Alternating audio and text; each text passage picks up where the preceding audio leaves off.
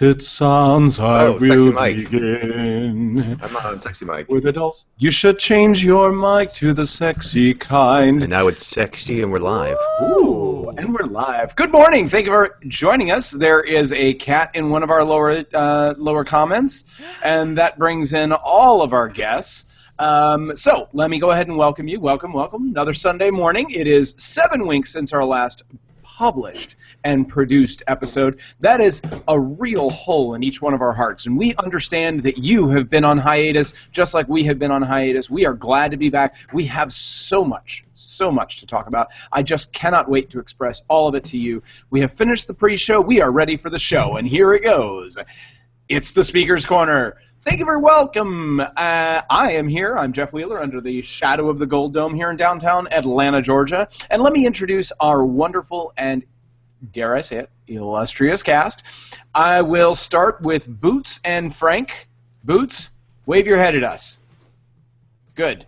Good work. And then I will move down to Gainesville, Florida, and say good morning to Michelle Lynch. Say good morning, Michelle. Let's get ready to rumble! Okay, to the rumbling. And then I will bring you up to our most northern co-host at Tom Holmes. Say good morning, Tom. Good morning, everyone. Good morning. So, what should we start talking about? Should we continue our conversation from the pregame show? Sure. Okay, so in the pre-show, I was sharing with my fellow co-hosts an app that I used last night called Tabbed Out. Tabbed Out is apparently an app that allows you to pay your bar tab via an app, which allows you to split it as many times as you want and all these kinds of things. But the value for me was that they run lots of coupons. So you normally go to a bar and you pay whatever the bar's price is in cash, credit, or washing of dishes, and that is really your only option. So now there's this thing called Tabbed Out where you can show them your code, and mine was DJQ4D, and that tab code allows them to transfer your tab to an app who then gives them money, and then you give the app money, which means the app gets to play man in the middle, knows what it is that you bought, when it is that you bought it, where it is that you bought it, but then they give you coupons back. So I had a $25 tab that went down to $10 and change by the time I was done. This is the most appropriately named app. Because not only is it about bar tabs, but it's about keeping tabs on you. Okay. Clever. Oh, the entendre. So the question came at the pregame show. Tom brought it up, which was too poignant for my own good. He says, many times on this show you have spoken about privacy and security and that people should not share their data across the wires and let everyone know exactly what it is you're doing. It's just not a good, safe way to live life. Aren't you selecting and choosing to do exactly what you told others to not do? And I said, yeah, kind of. But I see direct benefit from it, and it's opt-in. And my argument is that with opt-in, you're okay to a certain extent. I have a question for you. Yes. All right, so does it have is it like Daggett rated? So when you go to a bar and it has that app on the window? The bar or the app Zagat rated? How do you know the bar uses it? That's my question. Oh, I just went into the app and it said near you is this bar, this bar, this bar, this bar, and this bar that all use this app. And here are the specials that they're running. So the idea is that Tabbed Out will help make the decision when you're in a crowded bar area to go to one bar versus another bar. Michelle's got her hand in the air. 3? Yes. Yeah, yes. So returning back to the question of security, in a similar case, I have a friend that was on Facebook this week, and they did one of these apps on Facebook where they had a cloud of their words.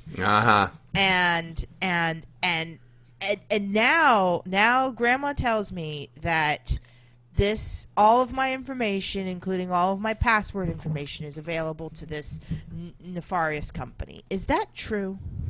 Half true. I know exactly what you're talking about, and I finally understood So yes, it's this brain cloud thing that basically like scans your Facebook for your most frequently used words. I tried it, and then when I got to the page that said, you are authorizing the app to, and it had all these fields checked, and I looked at it, and it was a pretty fucking comprehensive list of things that I was giving them permission access to, and I said, hell no, and I unchecked everything except for the first one, which you had to give, which was, which was information that's already publicly available, and I was like, that's fine. You could go on there and get it already. So when it came back, I got a blank brain with no words. So basically it did it, but it gave me no returns. And I was like, all right, I guess I don't. And my joke was, I guess I don't use words. I just grunt and point at things. But it was kind of gross how much they were, that every time you sign up for something, an application on your phone, it asks for access and permission to things. Yep. Something online. This one just really went whole hog and said, we basically get everything. Right. We have everything. We check every box that we can check. And then if you say yes to all of it, then we're going to have all kinds of great information about you. Yep. And then most people, when they check those things and allow those apps, never turn it off. Right.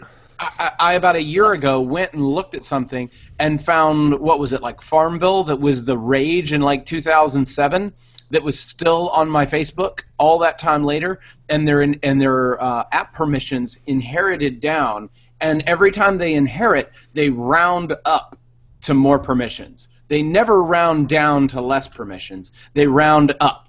So whenever there's something that had that in it, but it doesn't all encompass that, then it ends up getting rounded up. And so really it just comes down to diligence. But I think grandma's passwords are probably okay. Yeah, well, but they're not, because most people make passwords from stuff that they already talk about. Okay, now there's a good point. And I to that say, Darwin and everyone else agrees that they will figure out the hard way that they need to do something about their password protection and start with the thing between your two ears. And that, because guess, I didn't uncheck anything. I let it have access to whatever because I wanted to see that content. But like Jeff said, I, within 5 minutes, went back, and although it has a snapshot of my information, that's fine. I don't use, my mother doesn't use the internet. My dad doesn't really, so you're not going to get all of those important things. So I said, I'll take the chance. I'll roll the dice. And I was not impressed with my brain thing, so. Aww. I I really love mine. I have a related question to security for Jeff. Uh-huh. Actually, I have two questions, and these are questions that did not come up in the pre-show. First off, also, Frank asked if this was like Uber for bars. And I said, in my imagination, Uber for bars would be, I could type in and find some dude in a back alley who's got like a hip flask and is willing to share. That's exactly right. That would be the Uber. That would be Uber for shows bars. up with an MD 2020, like at your door. Is there an old Polish man? And there's an old Polish man in the park right now who's drinking out of a solo cup. There's some frat guys who are inattentive with their keg. We could probably get in their backyard. That would be the Uber for bars, which would tell you where's loose alcohol that you might be able to get your hands on. That's exactly right. But my questions There's were... a retiree with a bottle of vodka that they haven't drunk since 1973. Patent pending. Registered. Patent pending. Yeah. Oh, yeah. Call it Boozer. Boozer. There you go. So first off, did you give us your account name for Tabbed? No, that is not an account name. Each tab has an ID on it. Okay. So now if somebody had access to their database, you could pull up my tab from last night. So I could pull up your With payment that. information? With a starred out number, yes. I'm going to rip you off. Second, and this is a question for the audience. Coupon or coupon? Send in your feedback at feedback@speakerscorner.com. That's set not that up. real. That's not a Just please comment, yes. I say coupon. coupon. But coupon, I believe, is also accepted. Coupon. I I think it's coupon. I've generally couponed it. Is that Frank, coup that as doesn't in work when you like type C it. double? Frank types it. He says, "I say however the hell you say coupon. It agrees with everybody, right? I say it the way it's spelled. Nice. Yes. All right, so let's move on. We have lots more topics. Let's get to them. Let's check in on the election. Hey! Election. It's still going. It is. This is the show that never ends. Yeah, but it's supposed to not end. How would Saturday Night Live make it through election years? How would they make it if every 4 years they didn't have all this fodder that came I in? honestly don't know how they're still making it, and that's a conversation. But they for another show. generally do very well in the election period. They will land on opening cold starts. They'll have some good cold start. They're called cold openings around politics, but then it nosedives after that. There will be breakthrough actors and comedians that will look like and they will hit them because they will be practicing that part forever and ever and ever. Yeah. And we will recognize them more. That will definitely happen. But the show itself. But the show itself is I don't know. Less relevant every year, yes. Yeah. Thank you. So we lost, Donald but Trump went on there and did a silly white man dance like Drake, which was kind of funny. Did anybody watch that? no. Okay. Donald Trump did what? He was on Saturday Night Live. He Okay. was on Saturday Night Live, and if you've ever seen the Drake video, he just kind of sways back and forth a little bit like a white man dances, doesn't really dance. He fake dances. Yeah. So they said, we could make Donald Trump dance like Drake. Did you see the rest of that episode, the Saturday Night Live episode? That he Yeah, I watched the whole thing, I think. Yeah, I did watch that as well, and I thought they were pretty brutal. I don't know if I was Trump's. PR people. Yeah, I would. But the point of that being on Saturday Night Live, if you are a political candidate, especially if you're an outside candidate, is to prove that you're really a human and not to prove that you're stuffy and stuck up. Right? Yeah, he's going to need to go on 20, 30 more shows to prove he's a human. You have to go on Oprah. The View. I want to see him. I want to see him on The View. Why? Because is Rosie O'Donnell still on The View? They'd bring her back. No. Yeah, they would. They bring in their all-star lineup. Yes. Because At the right Rosie chair. has not been on the best of terms throughout recorded history. Not No. on the best of terms. You know why? Because she's a loser. So I would look forward to an actual She's election not. between Donald Trump and Bernie Sanders. We talked about that. No, did we talk about it here? Or did we talk about it in Food Work? I said that would be like the fight for the soul of capitalism in America. Yes. The two of those. Yes. Yes. Mm-hmm. That won't ever happen. But It will never happen. Is what Tom's prediction is. It will never happen. Jeff, what's it will your never prediction? happen. Bernie Sanders resounds with too many people to make him be irrelevant. Hillary Clinton yields huge amounts of power and influence, but Bernie Sanders resonates with folks. So he gets the vote out. He's got some strength. And Donald Trump continues to show huge poll numbers for what he is. He's not a politician. He's not good at all of that stuff. But if he's against somebody who's also not a establishment candidate, he very well might do all right.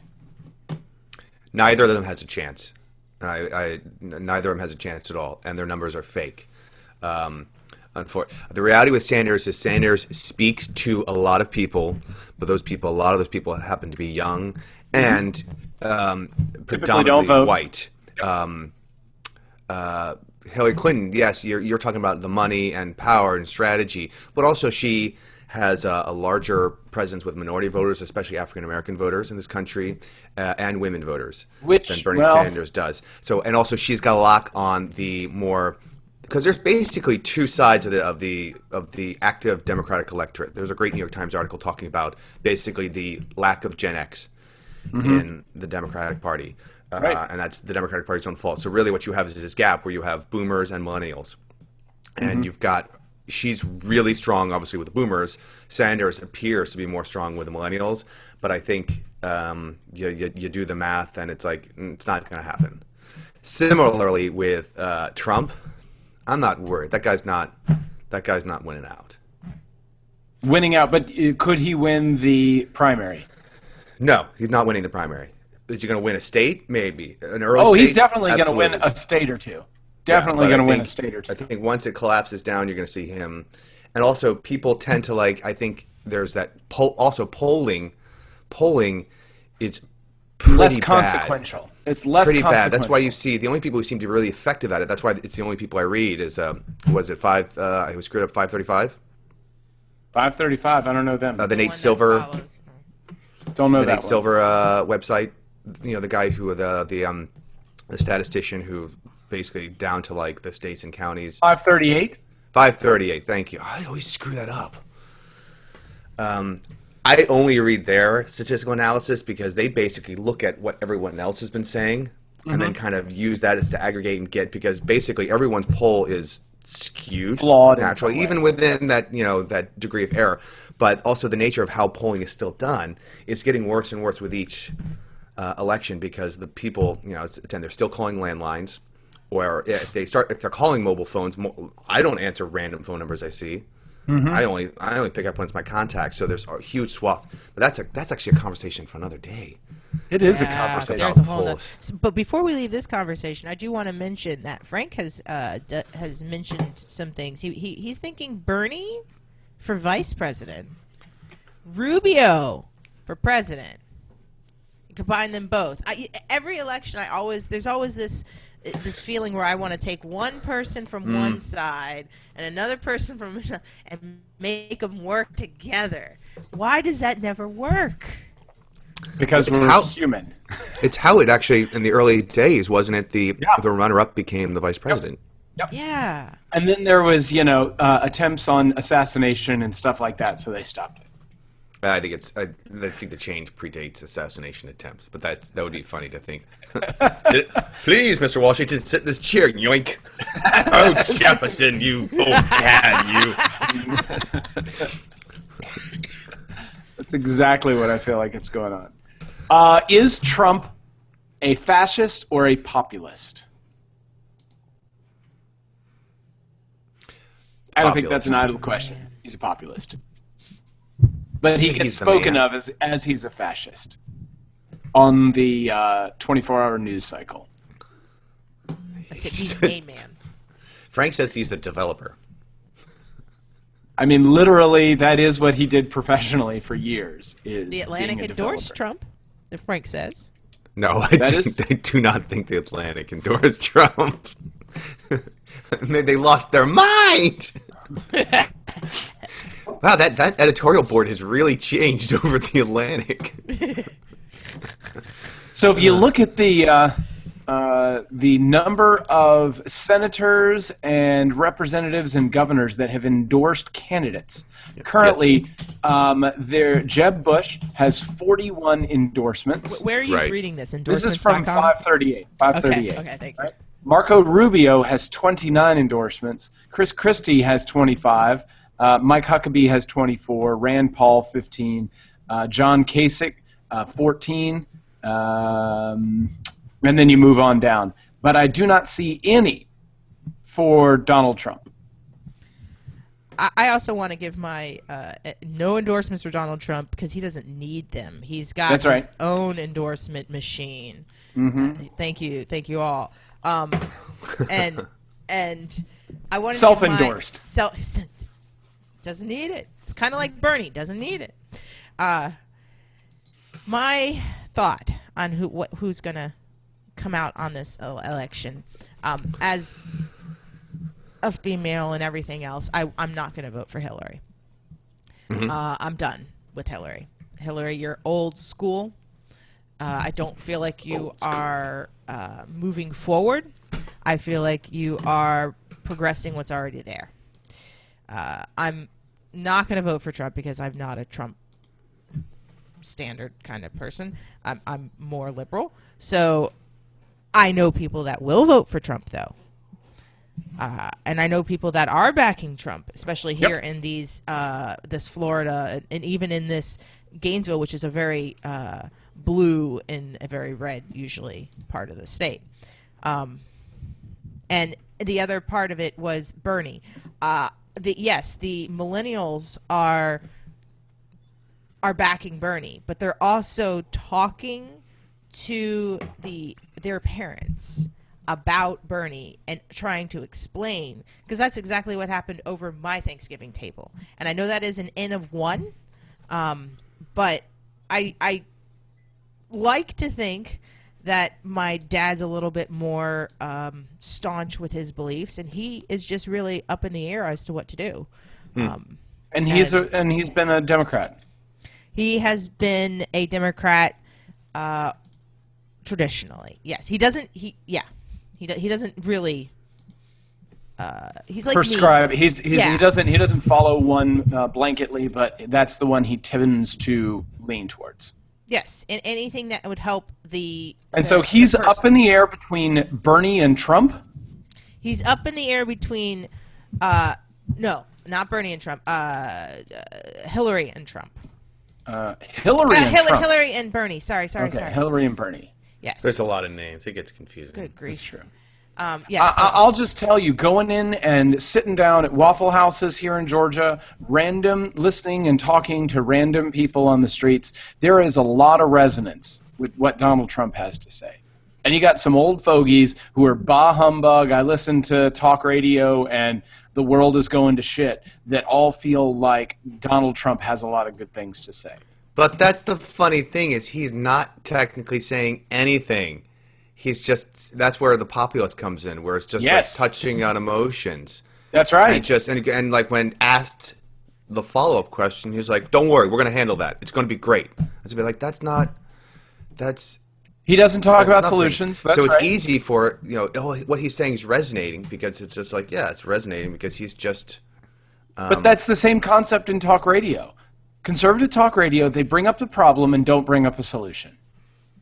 And they get everybody to rah kumbah around what is the problem, or what is a problem.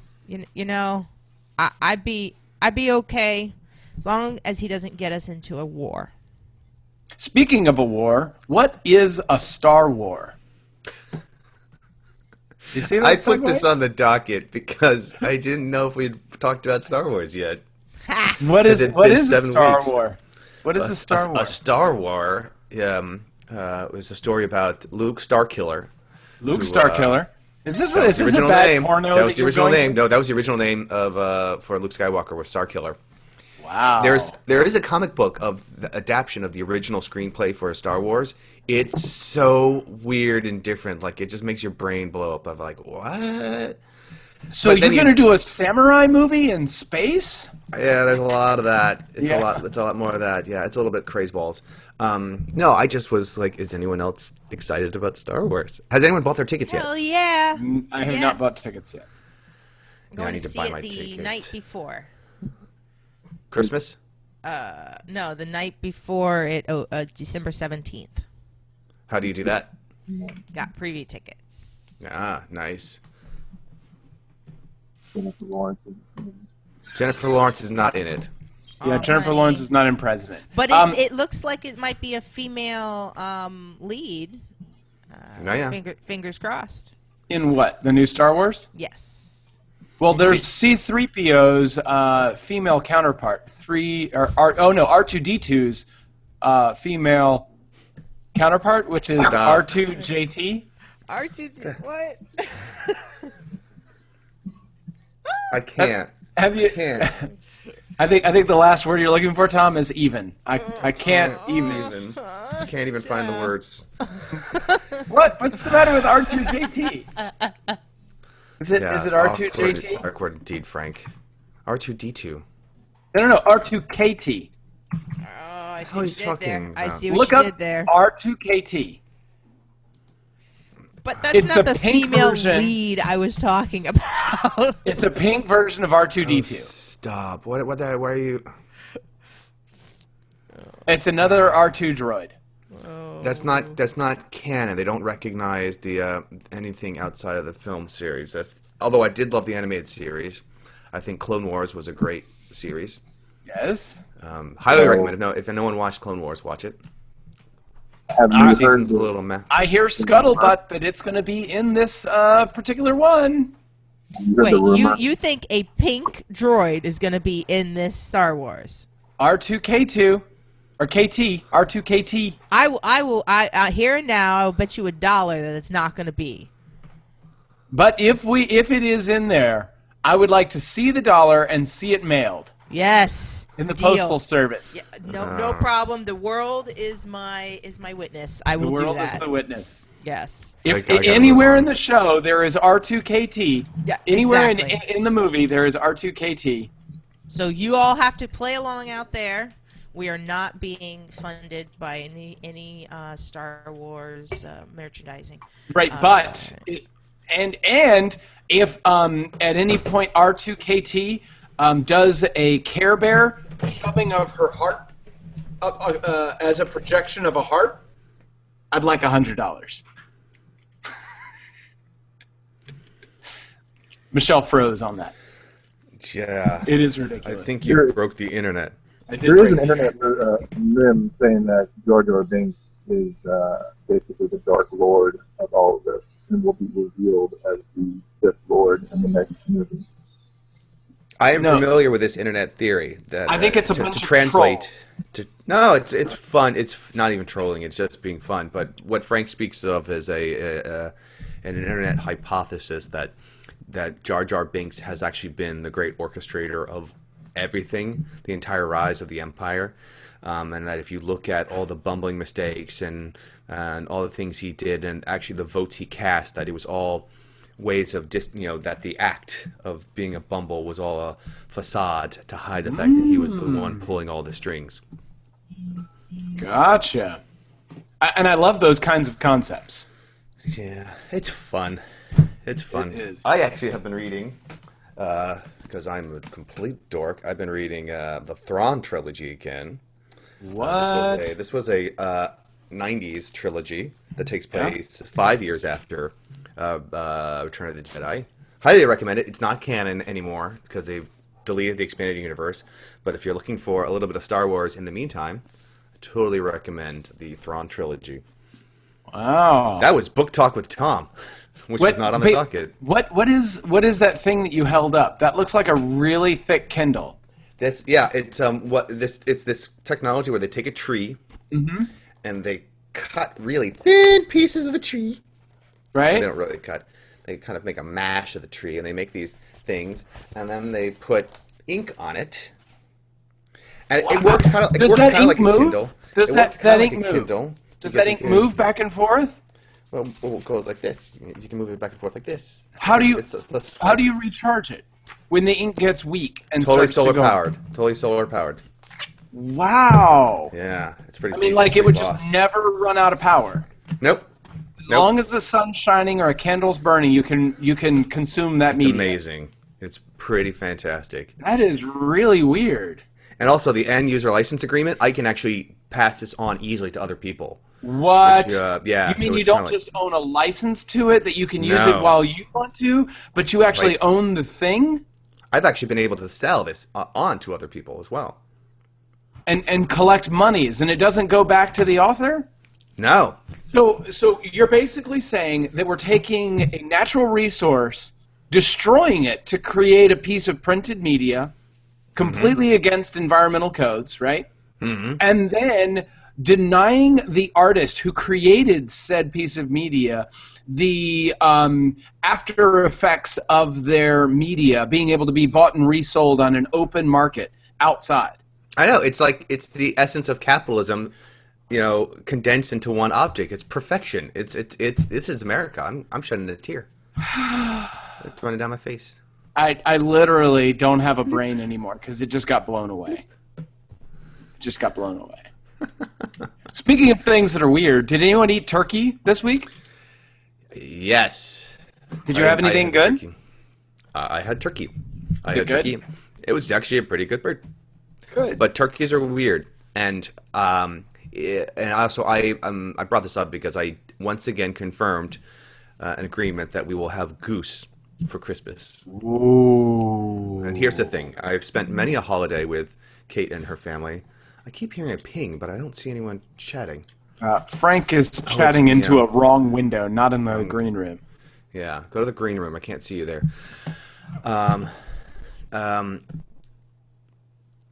So I got the family. I spend A goose. I spend the three major holidays: Easter, Thanksgiving, and Xmas with my in-laws.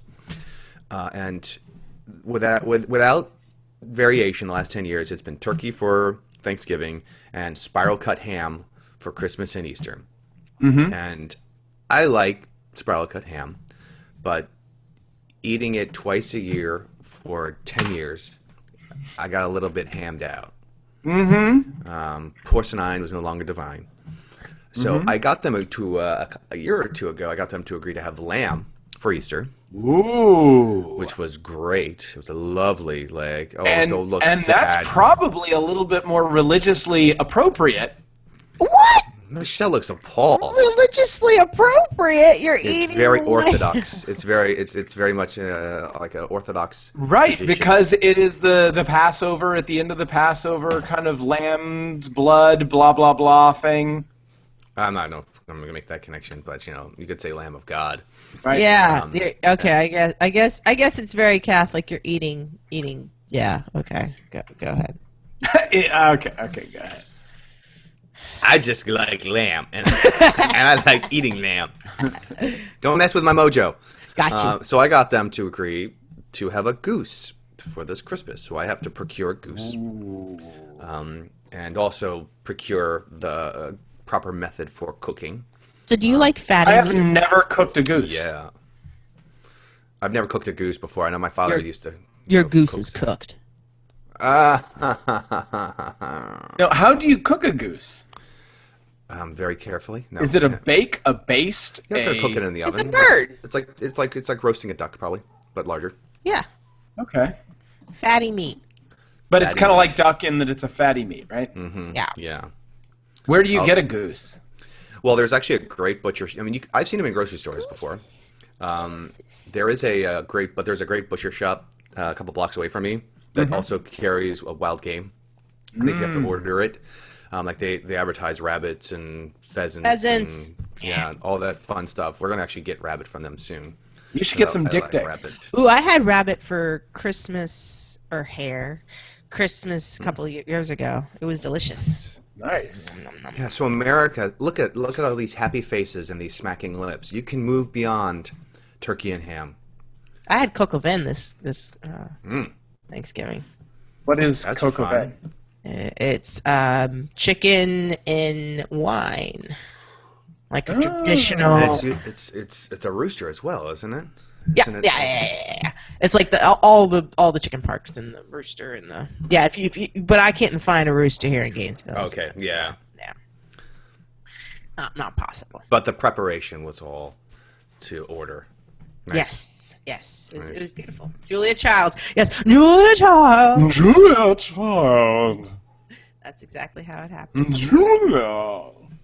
Yes. Anyone? I see we had something between this and that, but since we're talking about Turkey Day, anyone actually go out to Black Friday?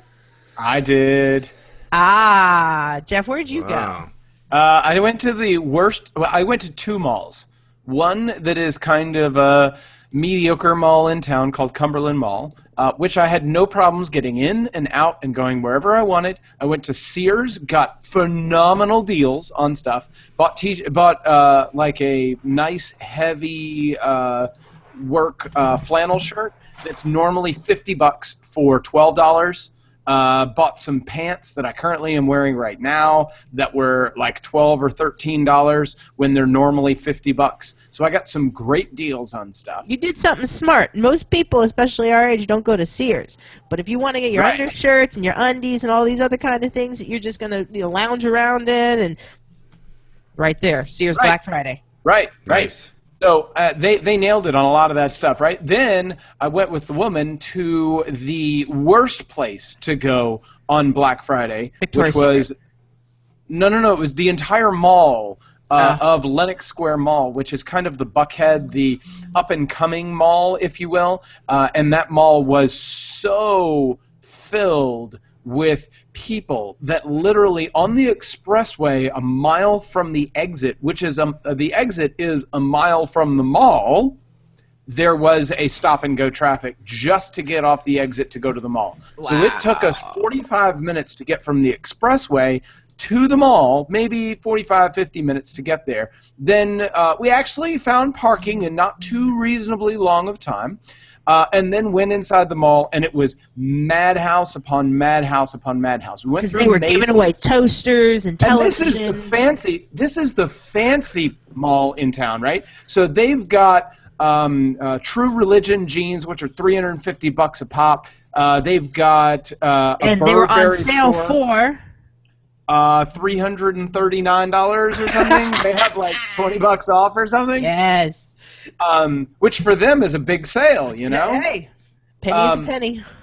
So we went through Macy's, which was running some decent sales on stuff, and the shoe department, literally you could not walk because everybody had put shoes out every place, and you had to like kick boxes out of the way to get to the shoes you're looking for.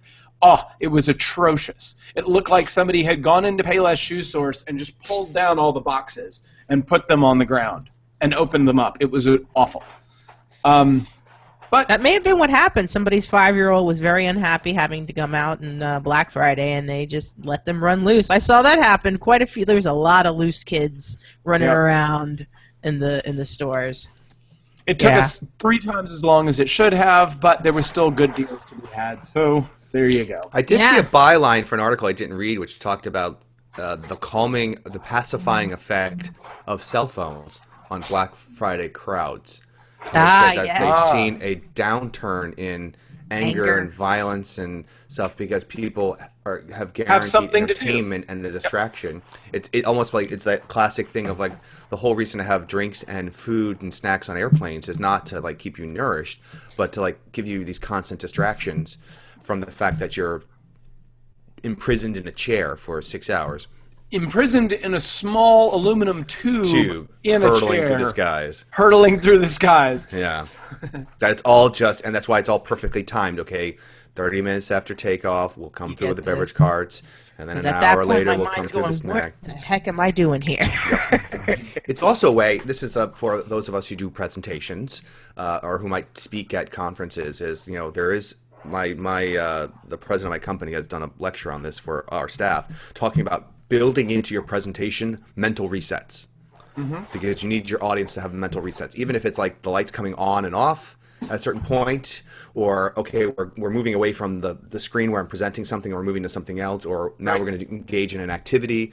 Changing medias or changing methodologies. I think she said it's like the longer it goes, you have to do more. You know, you have to do it more frequently, but it's like every 15 minutes to begin with. You need some kind of way of mentally resetting everyone to bring everyone to the topic at hand. Back on the same page. I wanted to mention that I got this. DuckTales. Love it. Yes, that was my. I went to Target. That was my one Target purchase, and my surprise for why the heck would it stay open? Because I like to see when stores open, how long they stay open on Thanksgiving versus Black Friday throughout the whole holiday season. Because all the stores end up staying open later now. Michael's was open until Michael's, the craft store down here in the South, is open until, take a guess, on Thanksgiving Day. They were open until 5. They were open until 2 a.m. Oh, because so people need their crafts. Well, I guess to wrap things. Trees did go up, so that is. So you said this is on Thanksgiving, on the day after Thanksgiving, or on Thanksgiving, day of Thanksgiving. Yes. So there's a lot of people who trim their tree on the day after Thanksgiving. You're correct. Good job. So I think that is just purely on people doing decorations for their home on the day after Thanksgiving. Brilliant. I didn't think about that. That's why I know certain people who do a gift exchange on day after Thanksgiving. Really? Mm-hmm. For what? First Christmas gift. Oh, cute. That is cute. I like that. Right? So they do a trinket on the day after Thanksgiving to kind of get you in the spirit. You know who gave a gift on the day after Thanksgiving? Who's that?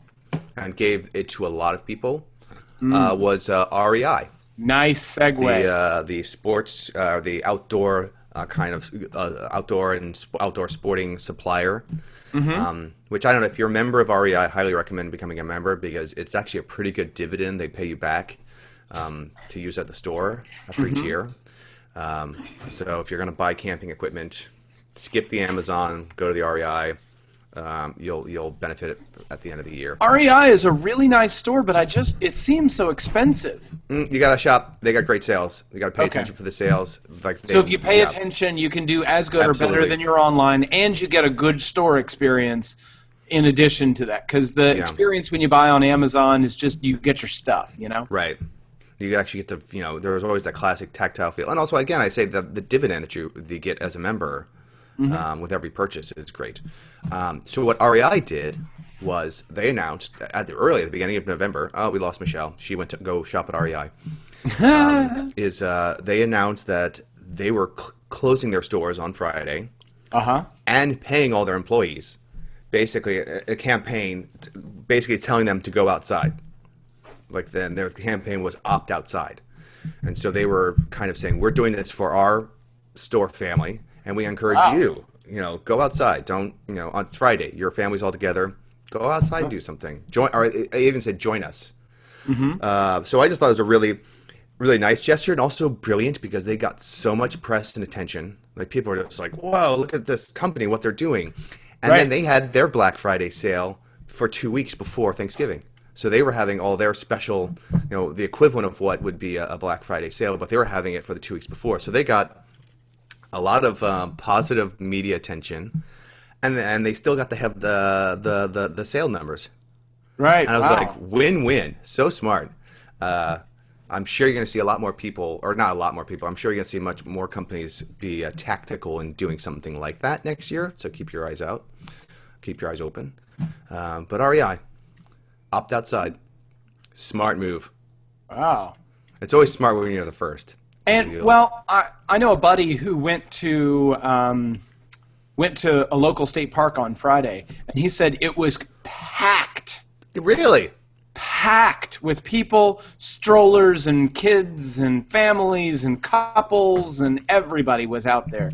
Nice. And so I went one yesterday just to do it, and it was still fairly busy, but apparently Friday the trails were so full that you couldn't really get any more people on them.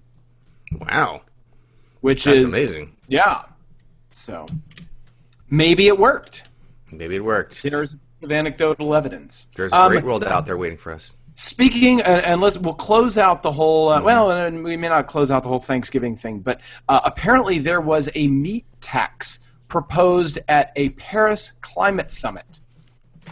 They were talking about what to do about climate change and blah blah blah, and with the Turkey Day and Thanksgiving and all these kinds of things, there was a proposed meat tax. Is that a good idea or a bad idea? For the panel is the question. I may be the one person to say I think it's a good idea. It's a good idea. Because not just for the methane, but also for health. I mean, I'll be the first one to admit I probably eat too much meat because it's tasty. It is tasty.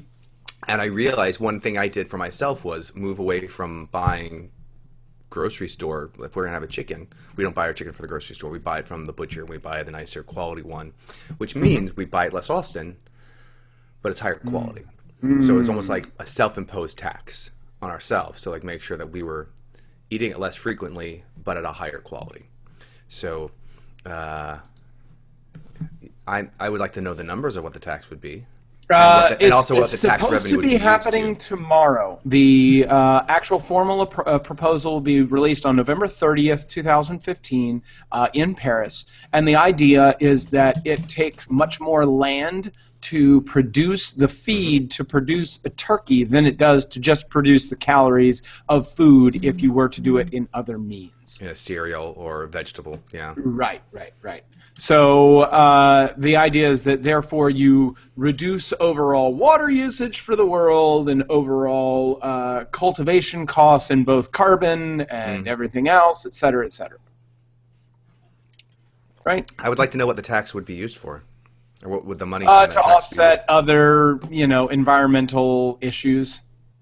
It says cultivating animals are responsible for about 15% of the world's carbon emissions. 15% of the world's carbon emissions come just from cultivating animals. 15. It's pretty significant. So if you make a 1% dent in that, that's as much as doing all those CAFE standards on your cars. Mm-hmm.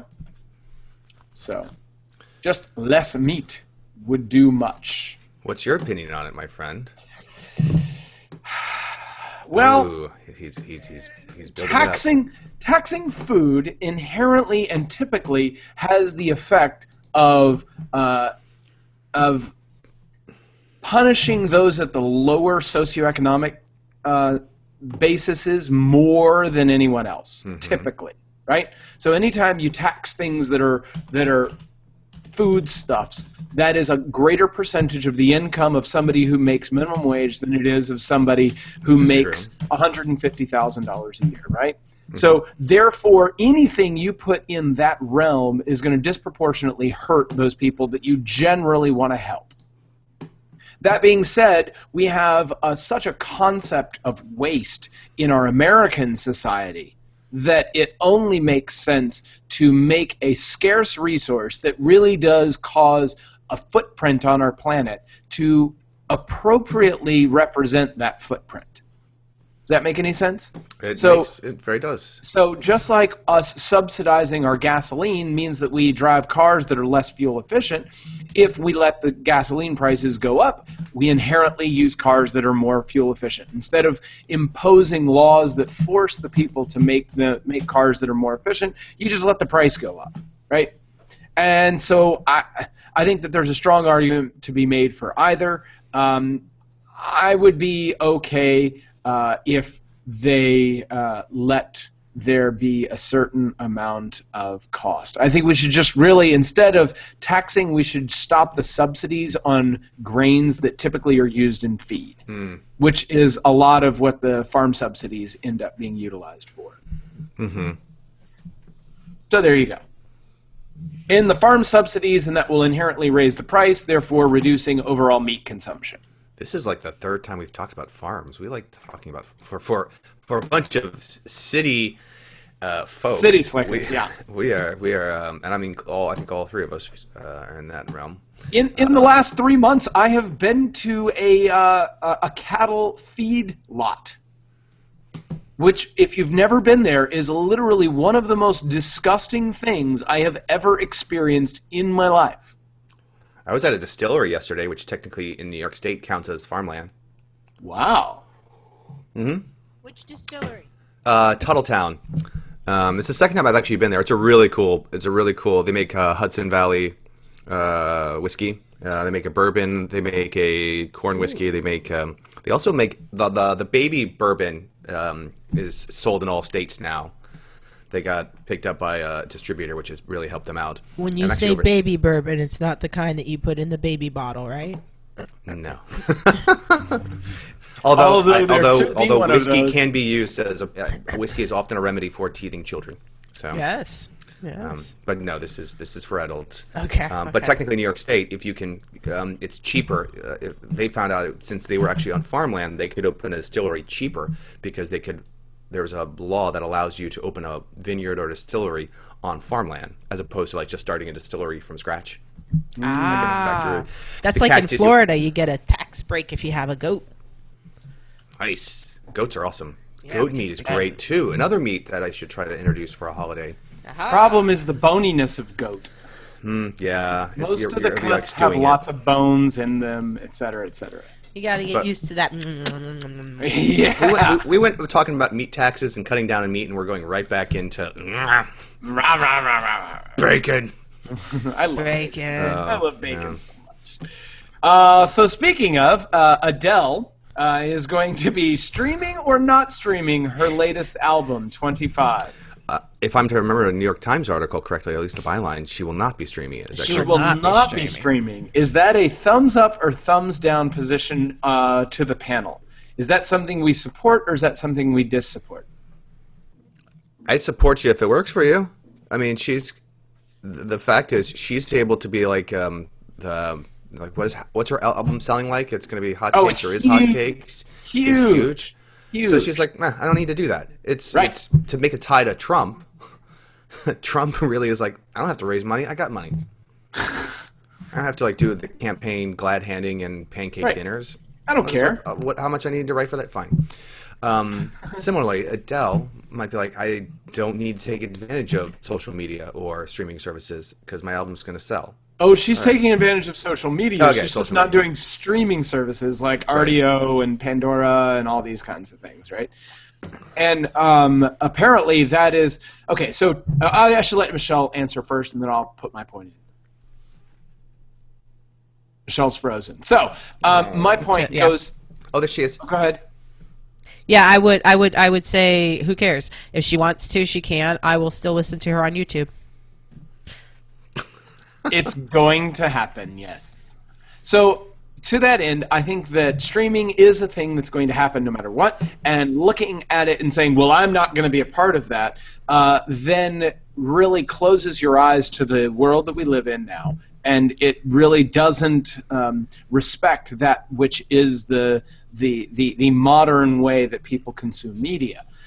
That being said, she's going to be able to pull it off. She's going to be able to make it happen. But that sets a standard for new artists that they're supposed to be able to do the same or similar things, because she's going to make huge amounts of money because of the fact that she didn't stream all of her album, and therefore people will download it and buy it straight up and giving money to the recording artists and all these kinds of things. Because of the way that she has an agreement with her recording studio, she's going to make a lot of money off of it.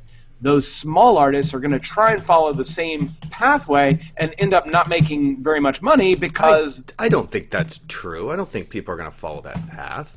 You don't think so? No, not necessarily, because you've got all the other, Not everybody followed Metallica.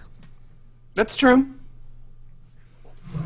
And they did much in the same thing that keeping hold of their the Beatles as well, keeping hold of their records and their discography because for whatever reason, and then for some of them, like the Beatles, they created like the Beatles rock band and they merchandise and they franchise. Is she going to do stuff like that? I don't know. Who knows? But her and Taylor Swift are both saying no to streaming. Yeah, but they have to be saying yes to something online. There has to be an online. I mean, you can't, like you're saying, Jeff, you can't ignore it. So what are they going? Just like with the Beatles, they opted. Okay, well, we're not going to give you. Sorry, Spotify, you're not going to get our albums, but we're going to have. You can get it from iTunes. Yeah, we're going to have these separate little deals. And is she not doing that even? No, I mean it's available on Google Play Music, so you can buy the album for $11 if you want the entire album, or you can buy each song for $1.29. So she's making her stuff available on the internets, but not on my Spotify. Yeah, I just wish that in our world we could make something that makes sense for both the artists and for consumers, and we haven't gotten there yet. There are too many outlying experiences that aren't working. All right. We'll figure it out. We're will. Smart people. We will. It'll just take a little while. You want to move on? Sure. Hello. I don't know the rest of that Adele song. See, that's what you want to do, but that's not the song. No. I know. It's not the song. This is just we put this on the docket, and I personally don't want to talk too much about it because I dislike talking about things that news is still coming out. Mm-hmm. So this is more of a because then it's always like it becomes the speculation game. But I just want to say, I put it online. I have used Planned Parenthood in the past, so they supported me then. And I support them now, and that's all I really wanted to say. Not to be personal, but how does Planned Parenthood support men? Is there like other? There's other parts to. Okay, the other parts to it are available to men, not just women. Absolutely, it's for full reproductive health and testing.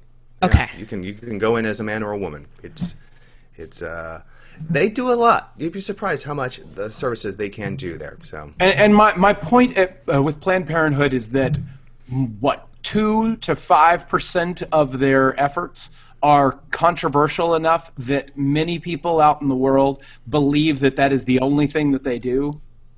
That's such a small. Is that an accurate number? I don't. No, it's not accurate. It's made up number. But there is a small portion, some small number, as a percentage, is what Planned Parenthood gets in the news for. And many people assume that is all that they really effectively do. And that's not the case. So here's the piece that I was I had a conversation over our Thanksgiving table about Planned Parenthood, and because that's what this should have been. What were your conversations like?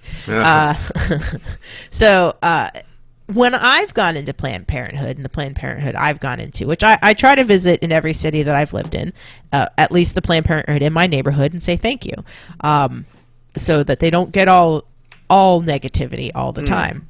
I also contribute money, but when I walk in there, it's like walking into a bank teller. Are they not all like that? And if they're not all like that, should they not all be like that? Because that, regardless of that, whether or not we want the world to be a better, safer place, it's not. So is that, my question for this instance, was that a Planned Parenthood that had all of the pieces in place for safety? I do know from, and this is, again, I've read online from a friend who's a lawyer and works for reproductive rights. She mentioned in a post about the fact that, kind of saying, isn't it sad? They have bulletproof jackets at that clinic. So, which is just astounds me. Yeah, I'm aware of like the kind of like the, as you said, the bank teller type motif that some of these clinics do have. It literally was right. It was a hole in behind the sheet of glass. There was a thick wall that was behind a sheet of metal, and that was like you could talk through the hole that has another piece of glass behind it, so that on the side the air was going through, and that was it. So how did you get past that? Well, again, this is where I'm like, we should stop, because like until we get the full story about what happened, how it happened. And I don't want to be victim blaming in any way. I just want are we not supporting all of these to have that same kind of protection? Because people are crazy, and we cannot not account for craziness. All right, I will share a tweet with you that said. And you should all be inflamed whenever I'm done with this. I'm telling you how to think. Ready? Oh, gosh. No sympathy for any pregnant female who was injured in Planned Parenthood shooting. That was there to get an abortion. She deserved it. No, God. And that is from somebody who purports to be a pro-life American. If they're pro-life and they say that someone deserved what that is. Dissonance. Yeah, there's a little bit of crossover there. This is why I never click on those. I don't click on those articles or those kind of like aggregations of tweets anymore, because every time a tragedy happens, invariably there's always, because in this the wonderful thing about the internet is everyone has a voice, even the people who should not, and so you can after anything that happens in Japan, regardless of what their tragedy is, you will have plenty of people posting tweets saying that this is karma for Pearl Harbor, which just amazes me. That I'm like, really? That's stop. So I can't click on those anymore, because the reality is there's just a lot of assholes. And a lot of assholes, a lot of racists, a lot of And letting people talk without any filter, like we're doing right now, will end up in resulting in some bonehead statements. Yeah. Sure, like we do all the time. That's correct. We have probably pissed off each other a couple of times, I know. So I've pissed off people. It's all right. We love you all for it, and the fact that we can all come back and say, it's all right. It's okay. We're still all in human. this together. You're still human, yeah. I'm only human. So speaking of tragedies, I found out, I'm not sure if anyone else has missed it, but in the news has been a tragedy in Paris where there was over 129 people shot in a theater while listening to a rock concert, a rock band from the United States. I found out about a week ago, 2 weeks ago, that, or I guess a little over a week ago, that someone who is a friend of mine is connected to the person. Oh, did we just lose Jeff? Jeffrey. Oh, he had some breaking information. He had information about the Paris attacks. I was hoping to bide some time there for him, but it does not look like we're going to be getting Jeff back. Tom was there. Anything you wanted to say on that subject? Yes.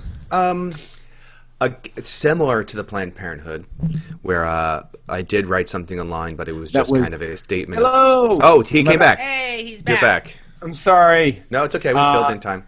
Comcast is terrible.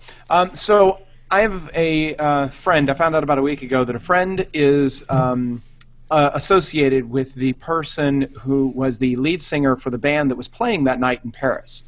And so now it's a little closer to home, if you will, right? And thinking through that, it kind of gives us all our own morality, or our own. It gives me my sense of how fleeting life is and how easily it could be ended at any given moment. And so, I guess I just wanted to say that it's a tragedy. It happened. And in looking about it on the internet, I happened to have stumbled across a photo of what happened there.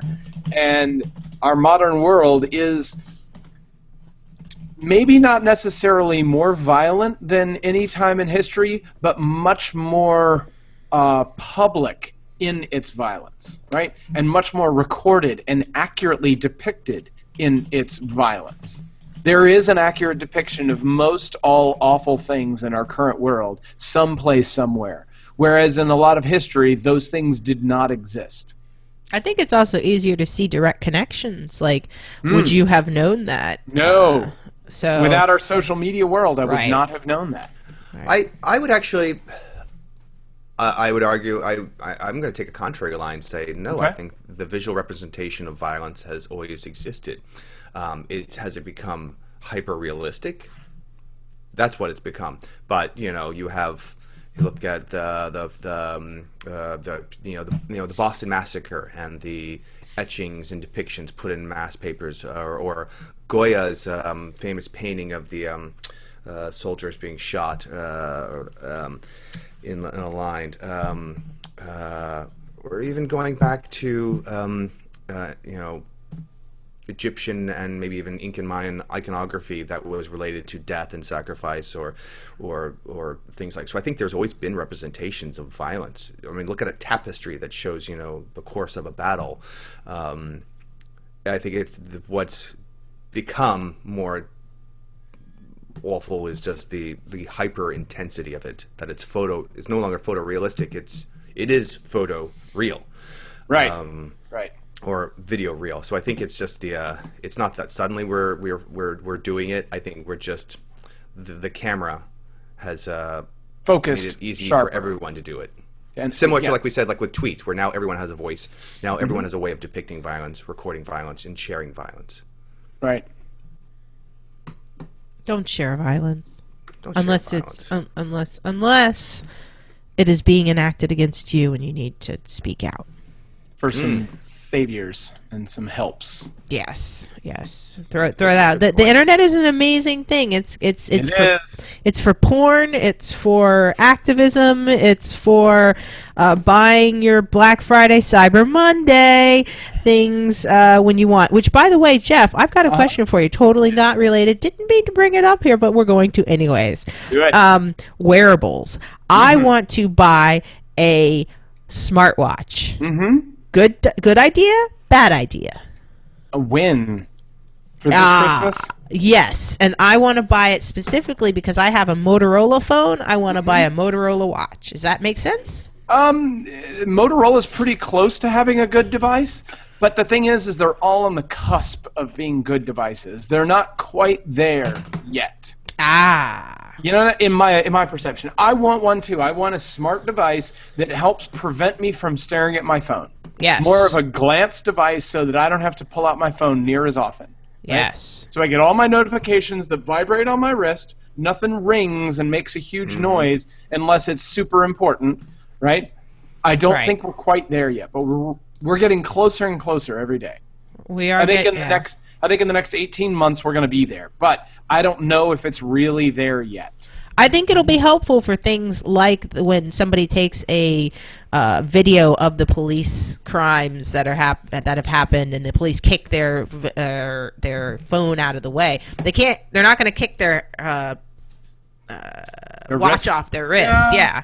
So Okay. I think there's some Strength good there. that could strength that could happen there. The ACLU, we've talked about on the show before. The ACLU had put out an app, I believe, that allows you that you can instantly tap that to like start the upload process to them. So like if you're concerned that your phone might be confiscated, I don't know the name of the app. I don't know how well it works, but I believe they have something. While you're fascinating. recording, it will record it, and then if it gets shut off for whatever reason, it'll shut off the phone and won't let it do anything else until it's been uploaded to the servers. So you don't have any interaction with the phone until it's been uploaded.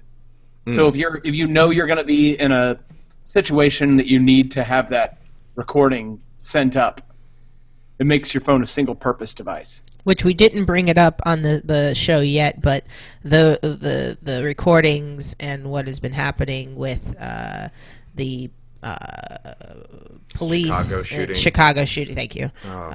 Yeah, that has also been in the news for posterity and information. Oh, speaking of Chicago, Uniqlo is apparently having trouble keeping their store profitable in Chicago. Who's that? Uniqlo, the Uniqlo. Japanese clothing company. They've been in the United States for 10 years and haven't really turned much in the way of money here. That's sad, but they've been growing like gangbusters in Asia. Yeah, there's a different taste and palate. Oh no, you would like Uniqlo. I think it's a I like clever. I would, but Grandpappy in the woods. And But the young people, the millennials that are starting to get shopping. Is that the wet seal? Is that what Chicago is like? You got the young people. Well, they have the young peoples. Well, none of us are demographers. What the hell do we know? That's very correct. Yeah. We're all asshats. Yeah. That is. I see what you did there. Yes, we all here have taken turns being asshats, but each week one person or a group of people get that prize. This week, I'm giving that to the athletic department and staff and administrators for Louisiana State University. Oh, yes? So, many of you may watch college football, maybe you don't, but I'm going to tell you a quick story. Les Miles is the coach of the Louisiana State University Tigers, Baton Rouge, and for weeks now, there's been swelling rumors about his imminent departure from the university, that he would be dismissed at the end of the season. And even uncited sources or unnamed sources were saying it will be happening this week. It'll be happening after. Is this the just game. for retirement or? No, dismissing him. Firing him, I should say. Firing him. Okay. Firing him. He has a contract through. By buying out his contract, which I believe goes to 2017 or 2019, I can't remember. So they won yesterday against Texas A&M, and the university announced that he is staying on. Now, they announced that they're keeping him as the coach. Now, why I'm calling them an asshat is not the decision to keep him, but the fact that they allowed for a week these rumors to swirl around and mill around, and then after the win saying, we're keeping him. That's some real, as a friend of mine, that's a quote we like to say around the office, that's some real bullshit, Laudo. Bullshit Laudo. Bullshit Laudo. It's I'll have to tell you the story. It has to do with Michael Jackson's father appearing on Geraldo, and he when Geraldo asked him, "Did you beat those kids?" and he said, and Michael Jackson's father was real country, and so he said that's some real bullshit, Laudo. We'd call Geraldo Laudo, and so it's whenever someone's like doing some bullshit at the office, we're like, that's some real bullshit, Laudo. So this is some real bullshit, Laudo. You don't do that. I don't. You come out and you be clean, you be fair. This is not fair to him. It's not fair to the players. It's not fair to future recruits. You've basically like ignored this or implied there might be a sword of Damocles hanging over him, and now you're like, well, the sword might still be there, but we're keeping him. Now he's going to have trouble recruiting because future players, can be like, I don't know, this guy might be on the way out. What am I signing into? Mm-hmm. Is he going to be rebuilding for the next 3 years? I'm going to go somewhere else. So now you've already made an X against him. Mm-hmm. That's why you're my asshat. You don't do that, not just in sports. You don't do that in any kind of job environment where you make someone basically fear for their job safety, but say you're still here, right? But we're watching you. That's not a Yes. healthy work environment. It isn't. Don't do it, corporate America. One where people do not excel, typically. No. Yeah, fear does not lead to great results. Fear leads doesn't. to...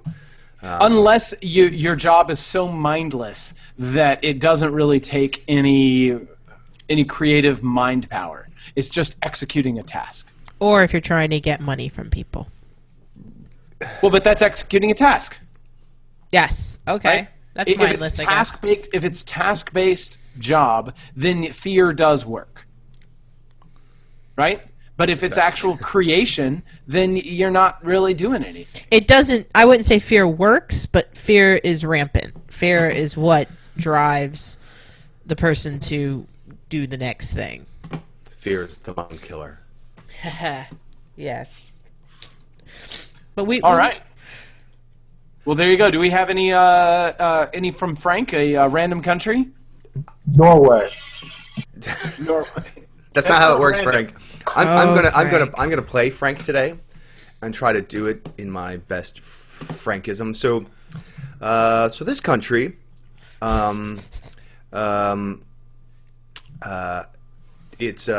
has the highest rate of secondary education in the EU. Norway. 90% of the people. It has the youngest marriage rate in the EU Bolivia. at 24 years. That's not in the EU. It's a joke. One of the most famous Americans from this country is the artist Andy Warhol, who whose parents immigrated from this country. Austria? Technically, I will say they immigrated from this country, but here's another hint: this country technically didn't exist yet. Wow. I'm so sorry for treating you people this way. So it's not Norway. It is not Norway. I feel like it's gonna. No, that was still a country. Yugoslavia. Oh, I like that. Yeah, Yugoslavia was a good one. It's one of Not the Yugoslavia or any of its. You're getting closer though, but it's Okay. not Yugoslavia nor of any of the states that comprise of Yugoslavia. But you're getting close. Georgia? It is a Slavic state. No, not Georgia. Slavic state. So what's one of the newest Slavic state, guys? I'm just going to go to maps.google.com. Oh, that's cheating. That's cheating. Whatever, using the resources? I'll give you one hint. The country's name, current country's name, was part of the previous country's name, but that country's name was split in two. Bosnia, just as the country was split in two. Herzegovina. No, that's still part of Yugoslavia. So that's I like your thinking though, Jeff. I see what you're doing there. The two names, okay. this country had a name, and then they split the country in twain, and half of the name went to one of the countries, and half of the name went to the other country. Czechoslovakia. And The Czech Republic. the other Slovakia. Slovakia. Oh God, yeah, okay. Slovakia. Because now it's the Czech Republic and Slovakia. Correct. Nice. Now that was your random country in honor of Frank. And I'm looking for any other significant cities in Slovakia other than Bratislava, Bratislava. and I can't see anything. I've never been. I mean, I have a friend who's married to a Slovenian. Right? Look at that country. That's even smaller, and less happening. Yeah. Brilliant. Was all that part of Hungary at one point? The Austro-Hungarian Empire. Right. I don't know. I have trouble remembering what comprised the Austro-Hungarian Empire. Okay. It was not Poland. Don't worry, Tom. You're not required to have that information stored in your head. Whatever. I missed you guys. I can't believe Yes. it was 7 weeks. But we put in a big long hour this time. We did. Yes. We did, and I Yes. appreciate that. We got up to speed. I got your take on all of the current events. Mm-hmm. And now we're going to throw it to the public out there to see what their take might be. I figured Yeah. out how group chat works. Oh, you figured out how group chat works. Very good. Very good. Yes. Good job, Frank. We're all learning. Yes. Frank thinks that we're the early Christmas present Aw. for him. We appreciate. You're our early Christmas present. Aw. Hugs all around. Hugs all around. And your early Christmas present, everyone, is that we will hopefully be back again next week. That's right.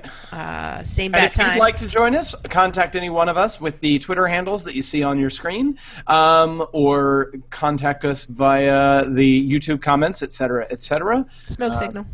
Smoke signals. And we look forward to talking to you either next week or the week after. So thank you all for joining us, and I will say you don't have to think like me. You don't have to think like me. You don't have to think like me. I don't think.